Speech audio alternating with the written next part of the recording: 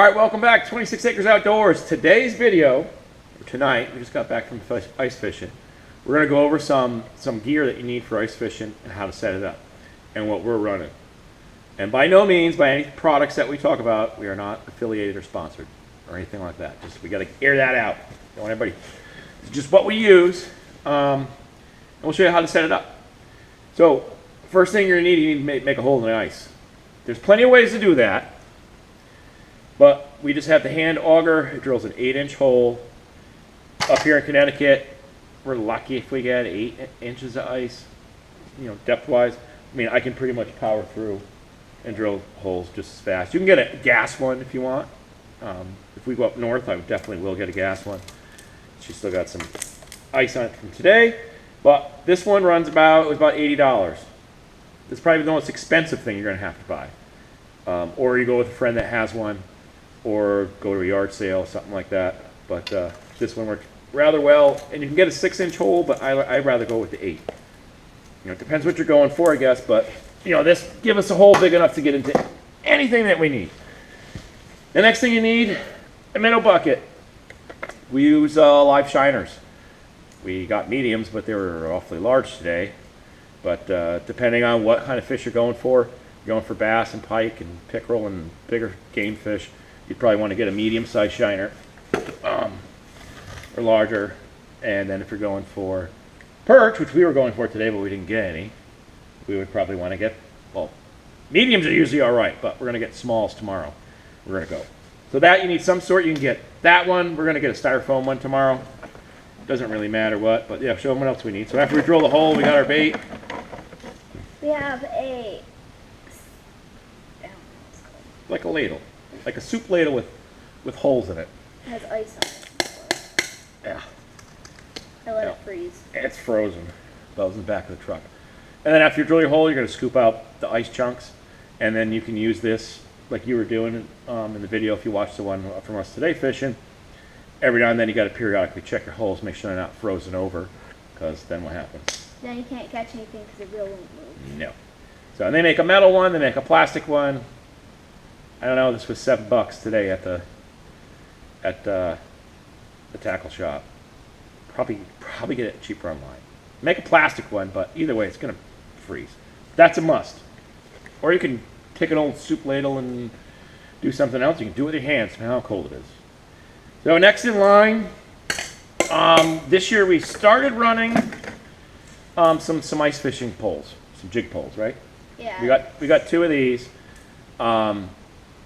I've never used them ever, but we're going for perch, and they're good. You just kind of drill a hole and you kind of just do your little jig thing. These are Frabill, just a small Frabill Fin S Pro, it's called. They were like $28 a piece. Came with the reel and the pole. And we found out that you can't let it sit, but you can't jiggle it all the time. You have to like take breaks. Yeah, even though they didn't work today where we're at, but hopefully tomorrow we're going to a hot perch spot. So, and then for a lure for these for a jig, we use a what's it called? Perch Talker by Lindy's. They were like wicked hard to find, and supposedly these things click. And yeah, when you jig it, and you can put a little wax worm or whatever on it, and then you find them, and you should just be able to yank them up through. For a line, what we ran on this was 4-pound micro ice, a Triline, whatever you want to call it. I don't really know what I spent on this because I bought this last year, but that's fishing line. So we got 2 of those, one for her, one for us, one for me. What's next? We got, so these are the tip-ups we started with last year. These were $9.95 at Cabela's. And they are also made by Frabill. I hope I'm pronouncing that right. These are inexpensive ones. I used to have really nice ones. Somebody stole them when I was in my mid-20s. That's kind of why I didn't start ice fishing again until you and I started. But when you store them, as you can see, we just put everything in a bucket. These are the ones from last year. I'll show you what we got, how they work. You have a little notch in here, you can store the flag, and then when you get to the ice and you have your hole, you kind of just do this, and then you'll run the line through For our line, we use ice line. It's a nylon braided line. It's a couple bucks, not a lot, as the backer on the spool. And then I'll use like a 12-pound monofilament for the leader on our hook. A split shot above where we put our hook, depending on what size bait you're using, is what it says, depending on what size hook you're going to use. The split shot allows, when you hook your shiner up, that he brings them down to the bottom. And like I said, we'll show you how we set one of these up. I won't get into that now, but that'll be in this video too, in case you're wondering. And then you just fold it back up for storage. So these are the ones we had last year, and then I figured it out. There we go. I'll put that back in the bucket for tomorrow. Oh, what else do we need? Oh, so this year we upped our game a little bit. Still stuck with Frabill, but now we got the Arctic Ice tip up. So I'm going to show you what one of these looks like, and we're going to set one up. Show you how we run the line and gear it all up. These were a little more expensive. These were about $16 a piece. We've got 5. But last year we only ran 4. We went with other friends that had some. And then you also have to check with your regulations in your state or what you're allowed. You know, every state's a little different. But just make sure you stay within the limits and make sure you get your fishing license. So these are the new ones we got. We'll show you what one looks like, and then we'll set it up. Show you how we do that. And these are a little bit more money, but I like there's different options, and we'll show you the difference between them. I already opened one. So this one sets up like this, like so. And now the difference with these is they already have a tape on. Yeah. Cool. That's what I thought was pretty cool. If you take out one of the old ones, we'll show you the difference. So this one's the Arctic Fire, which is I think it's kind of funny because fire and ice doesn't really sound like something that goes together. So if you put them together, there's a bit of a difference. These have a broader thing. It's got a measurement on it, so you can measure your fish. It goes up to 19 inches. These have a plastic spool. These have a metal spool. They both have the eyelet to run your line. I've heard that the metal spools are better. I don't really know why, but that was always taught to me as a child that, oh, the good one's got the metal reels. So, and then this one's got the flag on it. I really want to order some American flags, but they're just like $7 a flag. I think it's kind of a little overkill. Like I said, so these are a little more expensive. So this is how this one sets up, and you plop this down in the hole, and then this runs over, and it hooks onto here. So that's another difference because this one just sits and that one has. Yeah, these were going off today in the wind. It was windy. Just kind of was blowing them up. So this has this extra little bracket that I'm assuming might help with that. And so how these work is this part is under the water. Your lines run through here, and your bait's down here. And when the fish pulls it, it turns the top of this thing, and what it does is it makes your flag go up. And now you know you have a fish. Pretty simple. They both do the same. I'm not going to say that one is better than the other. You know, I mean, you can spend up to $50 a pop on each one of these things. But, you know, I guess it depends on your budget, what you're fishing for, how bad you think you need $50 ice tip-ups.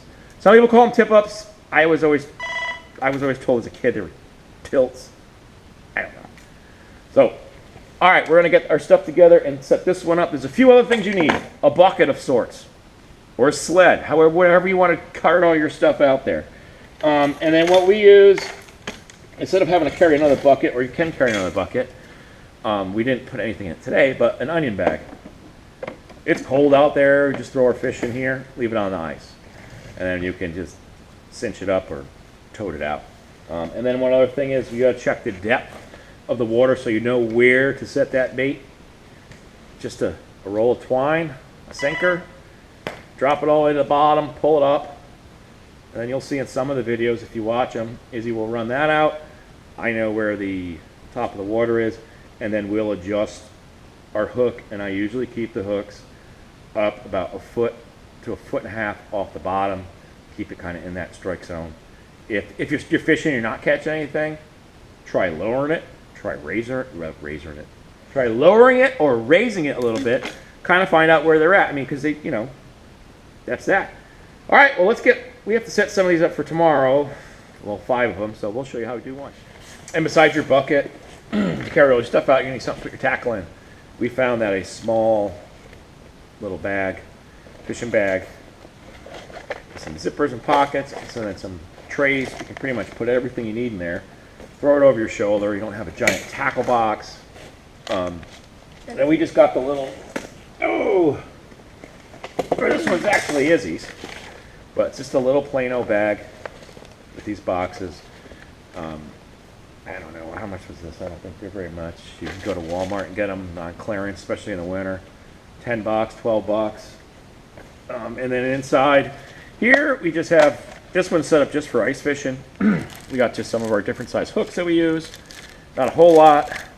Some split shots and some swivels, ball swivels on each end. And then we got our perch talkers. We have another kit to add in here, different colors and whatnot. And then we just have that with us on the ice in case we have a major breakdown. That's it. All right, let's get setting one of these up. Ready to set one up? Grab one of the new ones.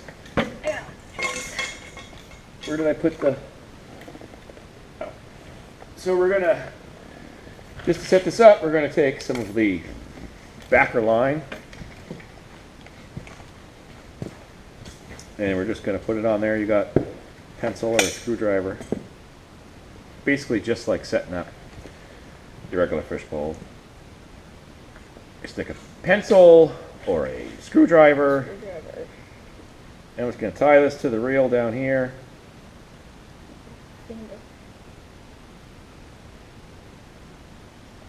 I don't need it for that. Oh, it's just this stuff? Yep. Just a regular knot. Clip off whatever you got extra. I know you like my cute pink little scissors. These are yours, aren't they? Yeah, they came from a sewing kit I have. Well, now they're in a fishing kit. And then just however you can get it set up, because he's got the hole on it, and then we'll just reel it up. Now, depending on what depth of water you're in, most of the places we fish around here, max depth of the water is probably 20 feet. But you want to have enough backer line on here when a fish hits it that he runs with it, because it gives you time to get to where he's at. So I'll fill this spool up probably halfway. I mean, because when it sits on the off season and whatnot, it'll start to dry rot and all that. So I mean, you put a whole bunch on, you're kind of wasting it.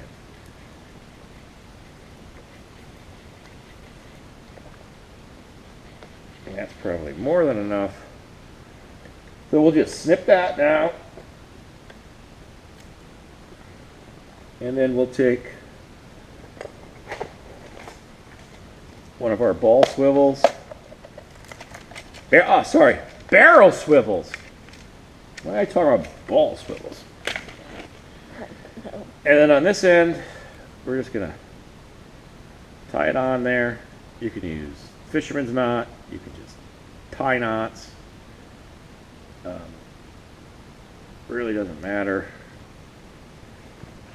I'll just tie a double or triple knot.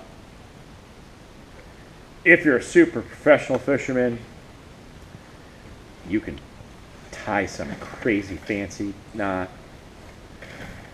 As long as it's just going to stay on there. Not come off. That's good for me.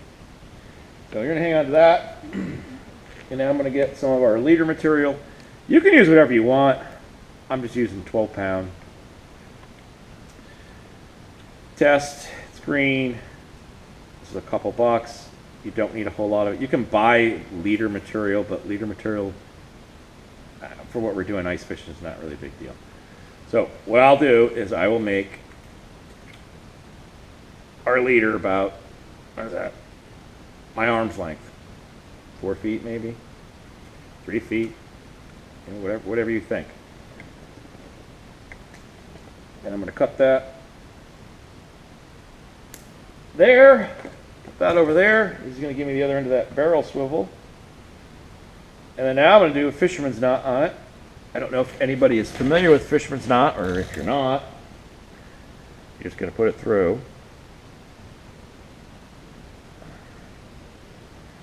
You know, loop it up like so. I don't know if you can see that. Pinch it, and then just start twisting. It's not really too high tech. I guess it is called the fisherman's knot. And then you're going to bend it around. You're going to find your little hole in the middle.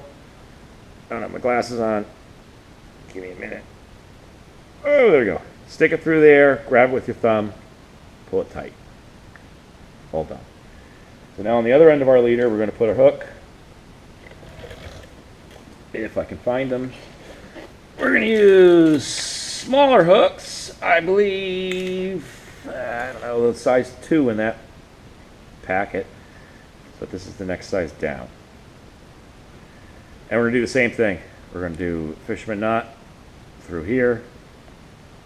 Oops. If you don't have your glasses, you can't see. There we go. Bear with me. We're going to do another fisherman knot on this.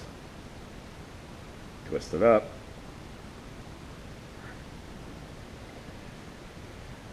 Oh, Izzy, you should be doing this. I can't see.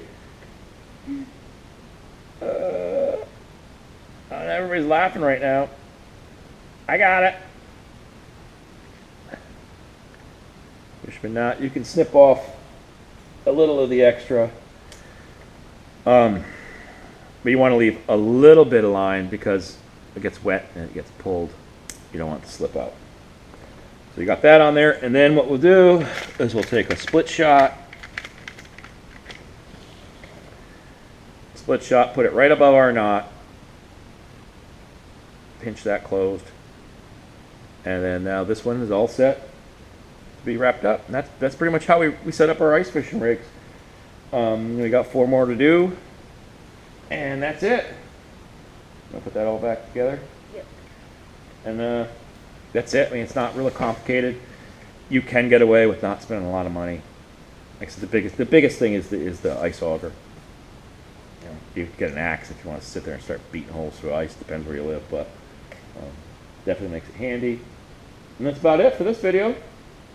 Make sure to subscribe, turn on the notification bell, like this video, and comment down below. Please comment. Maybe you guys got some more tips, use some other stuff, or have any questions about the stuff that we do use. All right. We'll see you on the ice tomorrow.